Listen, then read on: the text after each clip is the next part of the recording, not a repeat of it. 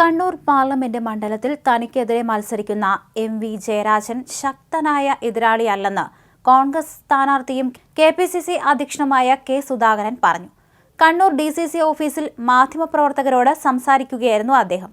CPM കേന്ദ്ര committee അംഗമായ P.K. Shrimati ടീച്ചറെ കഴിഞ്ഞ തെരഞ്ഞെടുപ്പിൽ 90,000 വോട്ടിന് പരാജയപ്പെടുത്തിയതാണ്. പിന്നെയാണോ MLA ആയിരുന്ന എം.വി. ജയരാജനെന്നും സുധാകരൻ ചോദിച്ചു. എം.വി. ജയരാജൻ ശക്തനുമല്ല എതിരാളിയുമല്ലെന്ന് കെ. സുധാകരൻ പറഞ്ഞു. സിദ്ധാർത്ഥിന്റെ മരണം തെരഞ്ഞെടുപ്പിൽ പ്രചരണ വിഷയമാകും. ഇന്ത്യയിൽ ഇതുവരെ നടത്താത്ത ഒരു കൊലപാതകം നടത്തിയ കൊലയാളികൾക്ക് പച്ചക്കൊടി കാണിച്ച സർക്കാരാണിതെന്നും സുധാകരൻ പറഞ്ഞു. കണ്ണൂരിൽ വിജയപ്രതീക്ഷയുണ്ട്. ഞാൻ ജയിച്ച കോൺസ്റ്റൻസിയിൽ വിജയപ്രതീക്ഷയുണ്ടായെന്ന ചോദ്യം അപ്രസക്തമാണ്. ആദ്യം മത്സരിക്കേണ്ടെന്ന് വിചാരിച്ചതാണ്. പാർട്ടി പറഞ്ഞതുകൊണ്ടാണ് മത്സരിക്കുന്നത്. ഷാഫിയും വേണുഗോപാലും പ്രിയപ്പെട്ട മുരളിയും ഒക്കെ മത്സരിക്കുന്നത് പാർട്ടി നേതൃത്വം പറഞ്ഞതുകൊണ്ടാണ്. ഹൈക്കമാൻഡ് പറഞ്ഞാൽ മത്സരിക്കാതെ ആർക്കെങ്കിലും ഈ പാർട്ടിയിൽ നിൽക്കാൻ കഴിയുമോ എന്നും സുധാകരൻ പറഞ്ഞു. ഷാഫി വടകരയിൽ മത്സരിച്ചാൽ പാലക്കാട് അസംബ്ലി സീറ്റ് നഷ്ടമാവില്ല. ഷാഫി അവിടെ കോൺഗ്രസിന് നല്ല സ്ട്രോങ് ആയ അടിത്തറയുണ്ടാക്കിയിട്ടുണ്ട്. പുതിയ തലമുറയിലെ നേതാക്കൾ അവിടെയുണ്ട്. പാലക്കാട് ഒരു റിസ്ക്കുമില്ല. പാലക്കാട് അസംബ്ലി തെരഞ്ഞെടുപ്പിൽ അത് കാണിച്ചു തരുമെന്ന് സുധാകരൻ പറഞ്ഞു. താൻ BJPയിൽ പോകുമെന്നും എത്ര കാലമായി ദേശാഭിമാനിയും CPMഉം പറഞ്ഞു തുടങ്ങിയിട്ട് ആരെങ്കിലും അത് ഇതുവരെ വിശ്വസിച്ചുപോയെന്നും സുധാകരൻ ചോദിച്ചു. എത്ര വിശ്വാസ്യത ദേശാഭിമാനിക്കുണ്ട്? ആരെങ്കിലും അവർ പറയുന്നത് വിശ്വസിച്ചിട്ടുണ്ടോ? എത്ര കാലമായി അവർ നെറികെട്ട പ്രചരണം തുടങ്ങിയിട്ടെന്നും സുധാകരൻ ചോദിച്ചു. താൻ BJPയിലേക്ക് പോകുമോ എന്ന് അവരാണോ തീരുമാനിക്കേണ്ടത്? എന്ത് ലജ്ജയില്ലാത്ത കമൻസാണിത്?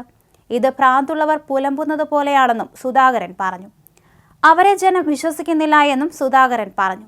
ഓരോ പ്രദേശത്തിനും പറ്റിയ ഏറ്റവും അനുയോജ്യനായ സ്ഥാനാർത്ഥി ആരെന്ന് അരിച്ചുപെറുക്കി പരിശോധിച്ചിട്ടാണ് കോൺഗ്രസിന്റെ സ്ഥാനാർത്ഥി പട്ടിക പ്രഖ്യാപിച്ചതെന്ന് KPCC അധ്യക്ഷൻ കെ. സുധാകരൻ പറഞ്ഞു. കോൺഗ്രസ് സ്ഥാനാർത്ഥികളുടെ കാര്യത്തിൽ സർപ്രൈസ് ഉണ്ടാകുമെന്ന് മുൻപേ പറഞ്ഞത് ഇപ്പോൾ യാഥാർത്ഥ്യമായില്ലേ എന്ന് അദ്ദേഹം ചോദിച്ചു. ഞങ്ങളുടെ അഭ്യാസം എങ്ങനെയുണ്ട് എന്ന് സുധാകരൻ മാധ്യമപ്രവർത്തകരോട് ചോദിച്ചു.